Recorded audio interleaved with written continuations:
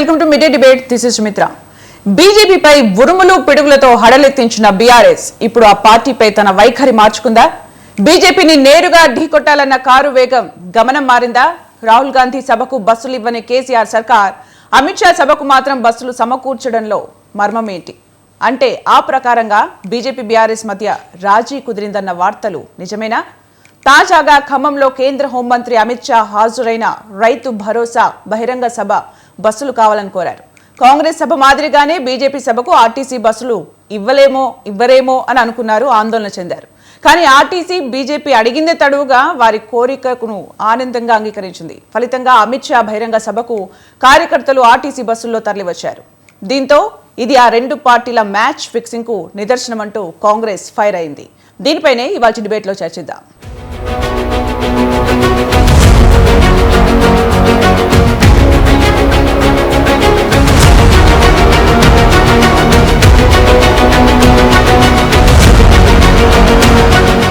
ఇక ఈ అంశంపై చర్చించడానికి మనతో పాటు స్టూడియోలో ఉన్నారు రవికుమార్ గారు, BJP intellectual cell co convener. Good afternoon sir.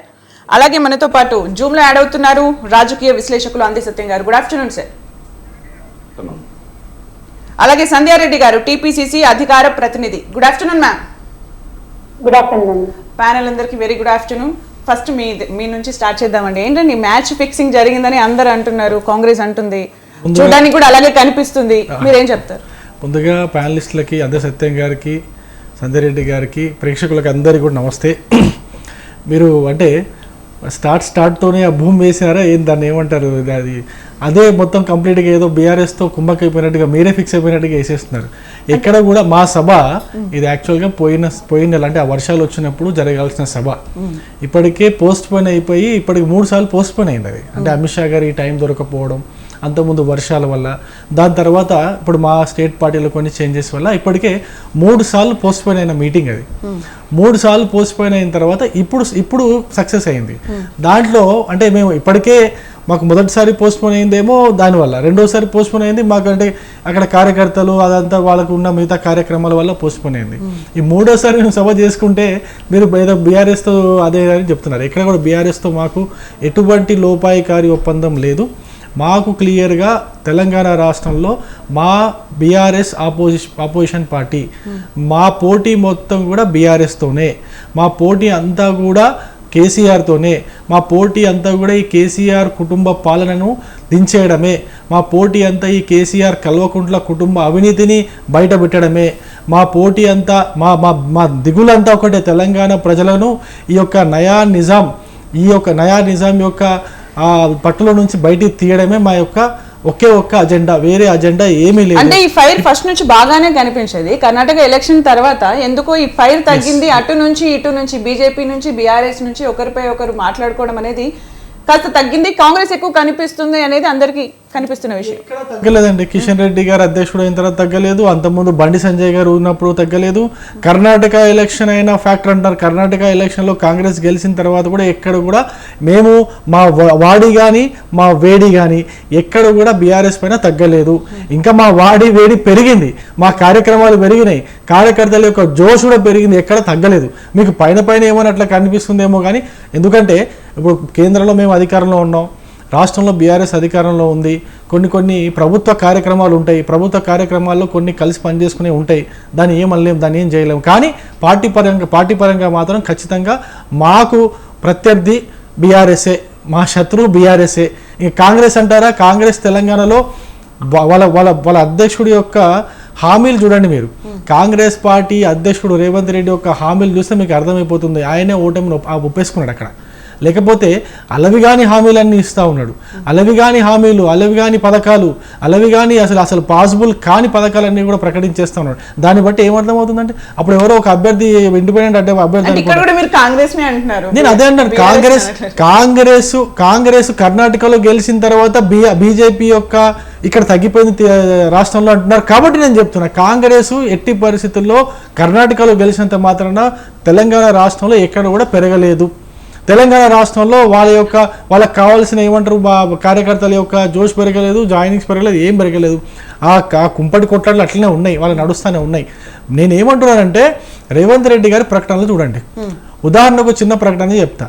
రైతు రుణమాఫీ మా కేసీఆర్ గారు రైతు రుణమాఫీ అని చెప్పిన తర్వాత ఇంతవరకు రైతు రుణమాఫీ చేయకుండా మొన్న చేస్తే రేవంత్ రెడ్డి గారు ఏమంటారు, వెంటనే పోయి 2 లక్షలు మళ్ళీ రుణం తీసుకోండి, మేము డిసెంబర్లోకి వచ్చిన తర్వాత మా 2 లక్షల రుణం కూడా మాఫీ చేస్తా అంటాడు.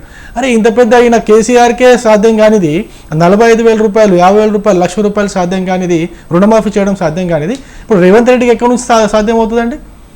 4,000 రూపాయలు పింఛన్ అంటారు. మరి మీ హయాంలో 4,000 రూపాయలు పింఛన్ ఎందుకు ఇలే? మీరు కూడా 10 సంవత్సరాలు ఉమ్మడి ఆంధ్రప్రదేశ్లో పాలన చేశారుగా. ఎందుకు గమనించండి? 100% గమనిస్తే ప్రతి ఒక్క పబ్లిక్ అంత వాళ్ళకేమీ తెలియదని అనుకోవద్దు. పబ్లిక్ అమాయకులను ఎప్పుడు అనుకోవద్దు. జనాలకి ప్రతి ఒక్క విషయం తెలుసు. వీళ్ళు డబ్బులు ఎక్కడి నుంచి ఇస్తున్నారు, డబ్బులు వీళ్ళకి ఎక్కడి నుంచి వస్తున్నాయి, ఎక్కడి నుంచి వీళ్ళు దోచుకొని డబ్బులు తీసుకొని వచ్చి మాకు ఈ సంక్షేమ పథకాల రూపంలో అని ప్రతి ఒక్కరికి తెలుసు. నేను ఇంకో విషయం చెప్తానండి, బీఆర్ఎస్ పార్టీ మరి ఇక్కడ ఉన్నారో లేదు మనకు తెలిసి ఉన్నట్టున్నారు, కర్నే అరవింద్ గారికి నమస్తే. అయితే ఆయన నేను ఒకటే విషయం అడగదలుచుకున్నా. గత 4.5 సంవత్సరాలుగా తెలంగాణ ప్రజలందరినీ హరిగోస పెట్టేసి వాళ్ళని పస్తులు పెట్టి వాళ్ళు నానా ఇబ్బందులు పెట్టి అన్నము అంటే లేదు మీరు ఆకలితో సావండి అన్నట్టుగా వ్యవహరించినటువంటి కేసీఆర్ గారు ఇప్పుడు ఎలక్షన్ ముందర వచ్చేసి బిర్యానీ పెడతా అంటున్నాడు. అంటే తెలంగాణ ప్రజలు నమ్మాలా? అని 4.5 సంవత్సరాలు పస్తులు పెట్టి 4.5 సంవత్సరాలు ఏమి చేయకుండా ప్రతి ఒక్కరిని, ఒక సెక్షన్ని కాదు, రైతుల్ని, విద్యార్థుల్ని, ఉద్యోగుల్ని, మీకు బీసీ కులాలని, ఎస్సీ కులాలని, ఎస్టీ కులాలని, కౌలు రైతుల్ని, పోడు భూముల ఇష్యూ, ఆ ఇష్యూ ప్రతి ఒక్కరిని హరిగోస పెట్టిండు. కనీసం టైంకి జీతాలు కూడా ఇవ్వలేని పరిస్థితి కేసీఆర్. ఇప్పుడు వచ్చేసి ఎలక్షన్స్ 2 నెలల ముందు వచ్చేసి నేను బిర్యానీ పెడుతున్నా, పాయసం పెడుతున్నా అన్నట్టు అందరికీ ఏదో ఇస్తున్నట్టు చెప్తున్నాడు. ప్రజలు అమాయకులనండి. ఏదో పోయినసారి ఎలక్షన్లో ఏదో తెలియక అమాయకంగా ఓటేశారు కేసీఆర్ మాటలు నమ్మి, ఈసారి కూడా అట్లనే చేస్తారా? అయితే మరి నిన్న అమిత్ షా సభ తర్వాత ఎలాంటి జోష్ కనిపిస్తుంది బీజేపీలో జోష్ ఎప్పుడు తగ్గదు. తగ్గినట్టు నేను మాట చెప్తాను, అది వాస్తవం కాదు. ఇప్పుడు చూడండి, బీజేపీ అనేది కార్యకర్తల బలంతో నడిచే పార్టీ. సంస్థాగతంగా కార్యకర్తలు స్వతగా వచ్చి పనిచేసేవాళ్ళు. ఎక్కడో మా నాయకుడు అంటే ఒక నాయకుడిని ఫాలో చేస్తూ ఒక నాయకుడు చెప్పినట్టుగా వినే రకం కాదు. వాళ్ళ సిద్ధాంతం కోసము, వాళ్ళ యొక్క భావజాలం కోసము పార్టీ డబ్బులు ఇచ్చినా ఇవ్వకపోయినా సొంత డబ్బులు ఖర్చు చేసుకొని, సొంతంగా జేబులో నుంచి డబ్బులు ఖర్చు చేసుకొని ఎంత దూరమైనా వస్తారు. ఓకే అండి, మనము బీఆర్ఎస్ నాయకులు కర్నే అరవింద్ గారు యాడ్ అయ్యారు. హలో అండి, నమస్కారం అండి. చెప్పండి, అంటే బీఆర్ఎస్ నుంచి బీజేపీ పైన ఎక్కువగా ఫైరింగ్ ఏం మాటలు కానీ ఏం కనిపించట్లేదు. మనకు హరీష్ రావు గారు, దాసోజు తప్ప ఇంకెవరు కూడా ఈ మధ్య కాలంలో పెద్దగా ఫైర్ అయిన సందర్భాలు కనిపించట్లేదు. అలాగే అమిత్ షా సభకు కూడా ఆర్టీసీ కూడా మంచి సహకారం అందించింది. దీనిపైన కొన్ని డౌట్స్ ఉన్నాయి. బీఆర్ఎస్ బీజేపీ మ్యాచ్ ఫిక్సింగ్ అని చెప్పి మీరేం చెప్తారు? మేడం, ముందుగా మీకు ప్యానెల్ లో ఉన్నటువంటి పెద్దలందరికీ మంచినీళ్ళ దండాలు మేడం. నమస్కారాలు. నమస్కారం. చాలా స్పష్టంగా తెలంగాణ రాష్ట్రంలో తెలంగాణ ప్రజల అభివృద్ధి ధ్యేయంగా వారి సంక్షేమమే లక్ష్యంగా పనిచేస్తున్నటువంటి ఏకైక పార్టీ ఏదైనా ఉంది అంటే అది తప్పకుండా బీఆర్ఎస్ పార్టీ మేడం.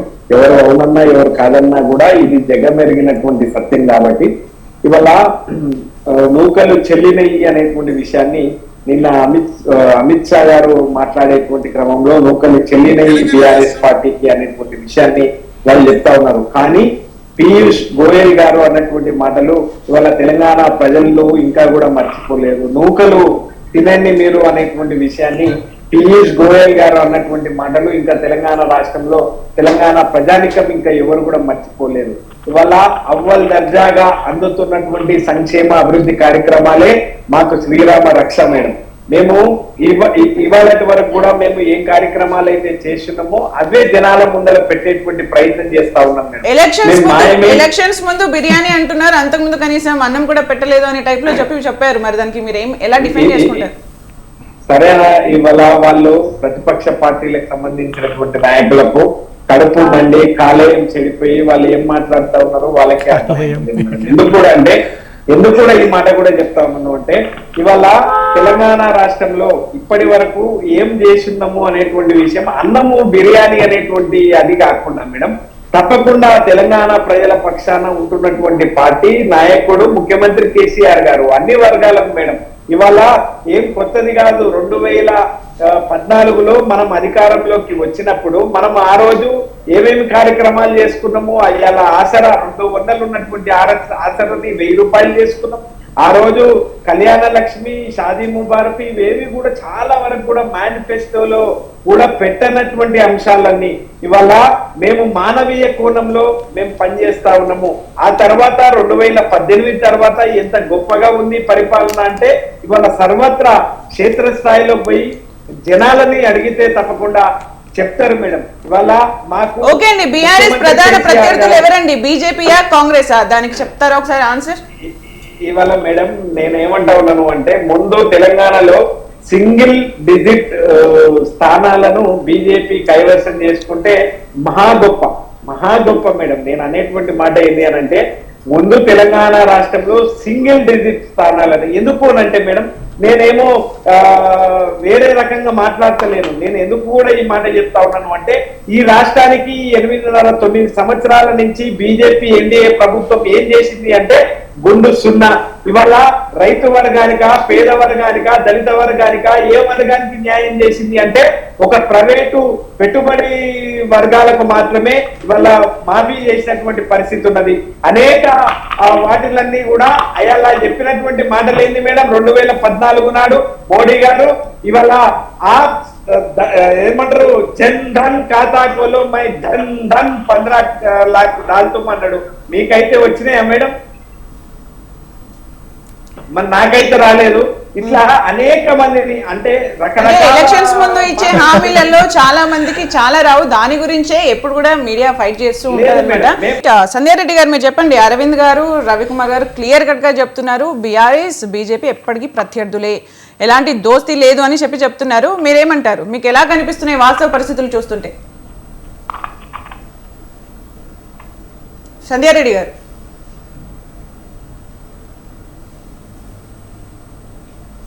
ఓకేనండి?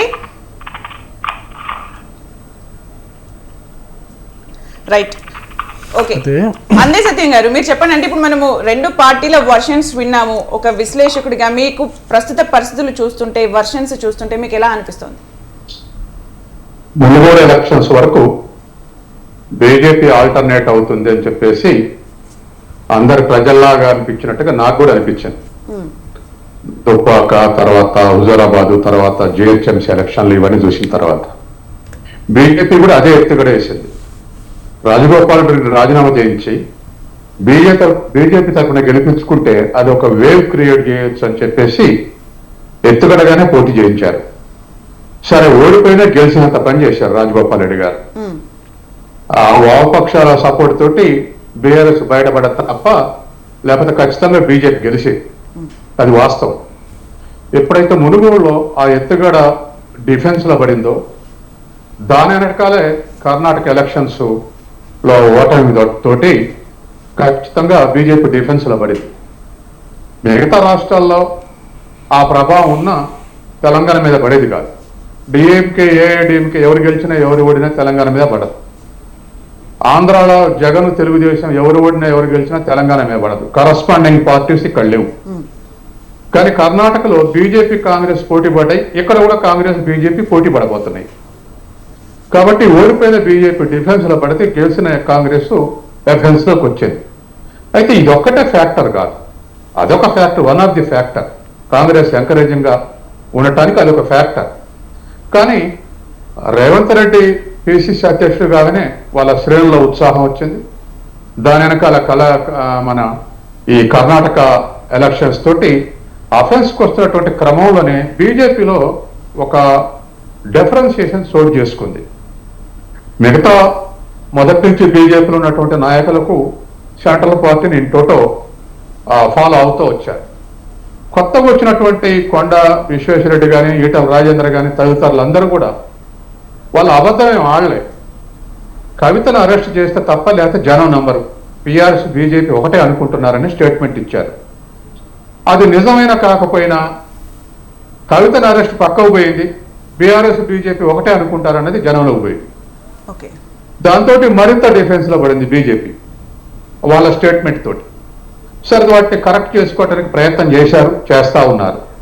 ఏదేమైనా అట్లాగే ఒక వెల్లెట్ ఆర్గనైజేషన్ ఎప్పుడు ఏకాభిప్రాయంతో ఉందన్నటువంటి బీజేపీలో 2-3 అభిప్రాయాలు ఉన్నాయి అని చెప్పేసి ఆ సందర్భంగా బయటకు వచ్చింది. అది బయటకు రావడంతో కాంగ్రెస్ లో గ్రూప్ తగాదాలు, ముఠా తగాదాలు మనం కొత్తగా చెప్పాల్సిన పని లేదు.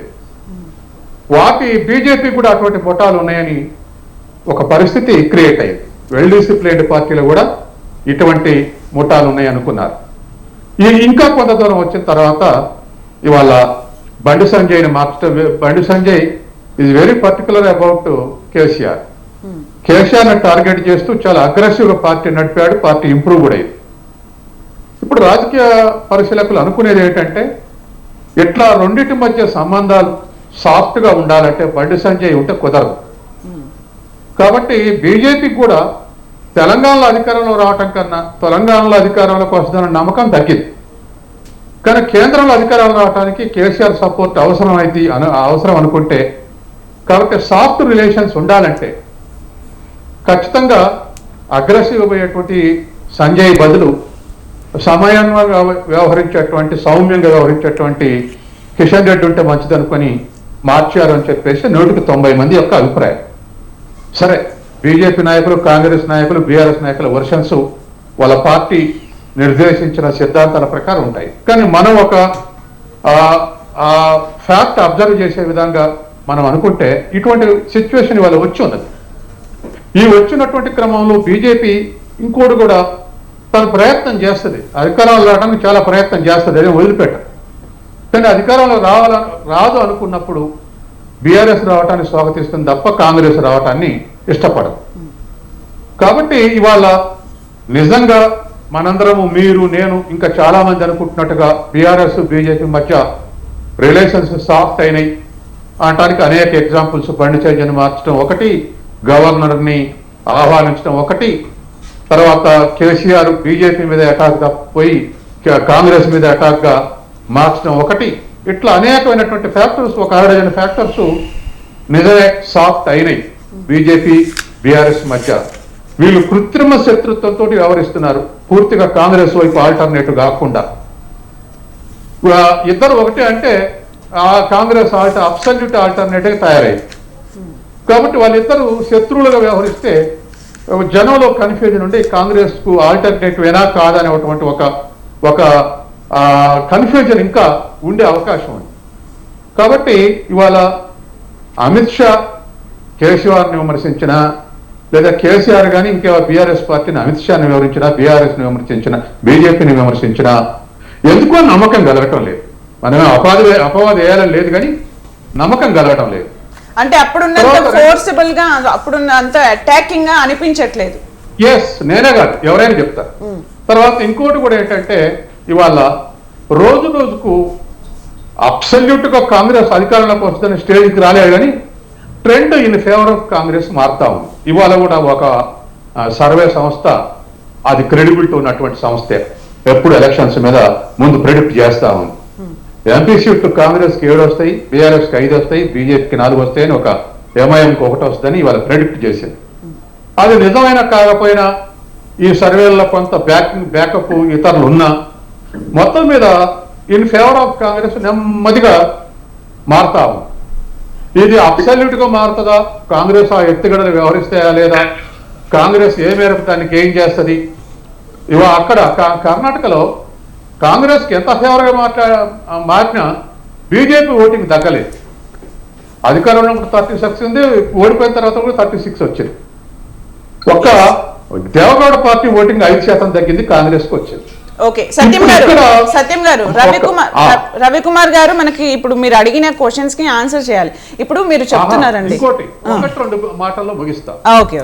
అందుకని కాంగ్రెస్ ఆ స్థాయిలో గెయిన్ కాగలదా, ఆ స్థాయిలో వాళ్ళ ఎత్తుగడలు ఉంటాయా, వాళ్ళ అట్రాక్ట్ చేస్తారా, ఏకోన్ముఖంగా ముందుకు పోగలరా అనేటువంటి విషయాలన్నీ కూడా రేపు రానున్న కాలంలో వారం వారం మనకు సిచ్యువేషన్ మారుతా ఉంది.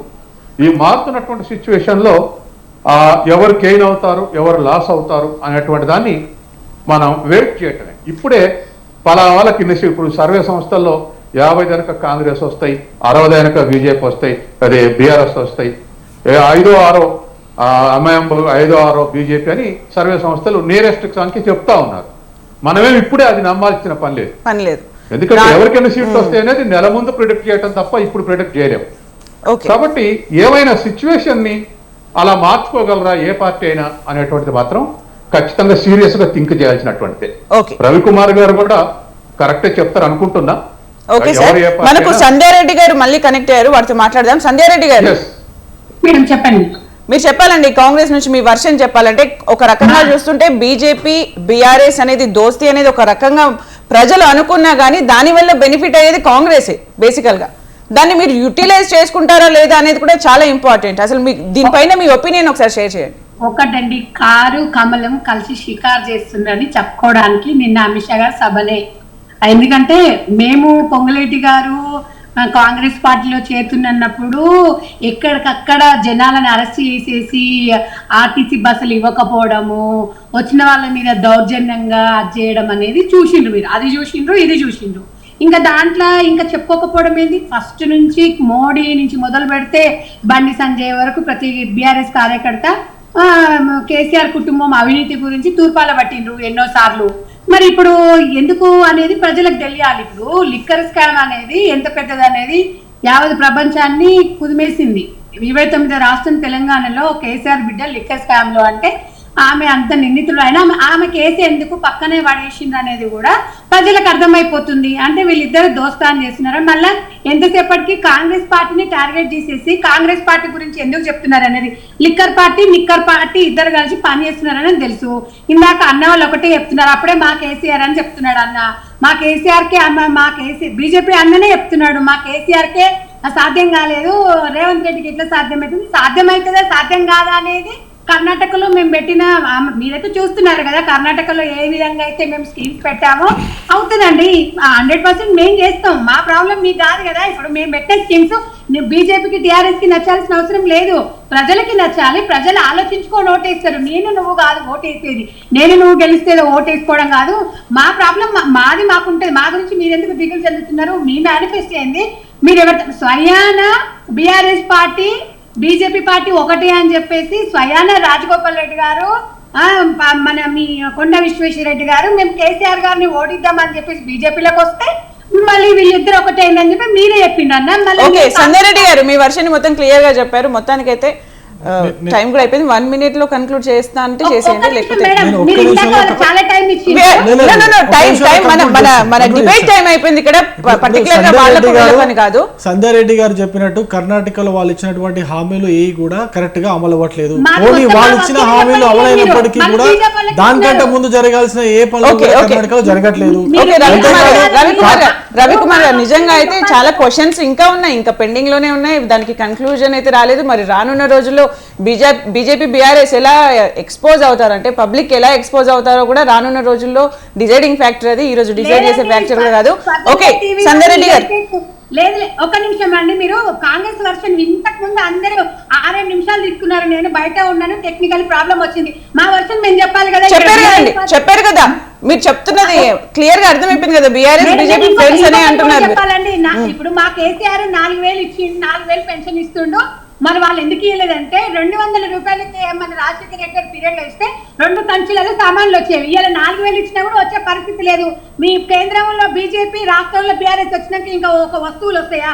4 రూపాయలు ఇవ్వాలి. ఒకప్పుడు 10 రూపాయలు ఇస్తే ఇప్పుడు రూపాయి ఇస్తే పిల్లగాడు కొనుక్కొని ఇలా 100 రూపాయలు ఇస్తే తీసి పక్కన కొడుతున్నాడు. అప్పటికి ఇప్పటికి మారలేదా? ఓకే, సంజయ్ రెడ్డి గారు ఓన్లీ 1 question 1 answer చెప్పండి. ఒకవేళ బీజేపీ బీఆర్ఎస్ కలిసి ఉంటే కాంగ్రెస్ కి ఎలాంటి పరిస్థితులు ఉంటాయి, మీరు దాన్ని ఎలా తీసుకుంటారు? బీజేపీ బీఆర్ఎస్ కాదు, 100 పార్టీలు కలవనియండి. మా వజ్రం, మా పార్టీ వజ్రము, మా ప్రజలే థ్యాంక్ యూ అండి. సంజయ్ రెడ్డి గారు మీ వర్షన్ క్లియర్ గా చెప్పినందుకు థ్యాంక్ యూ అండి. రవికుమార్ గారు, అరవింద్ గారు, అలాగే అందే సత్యం గారు, ప్యానెల్లో పాల్గొన్న ప్రతి ఒక్క సభ్యులకు thank you so much debate లో పాల్గొన్నందుకు. ఇది వాళ్ళ స్పెషల్ డిబేట్. Stay tuned.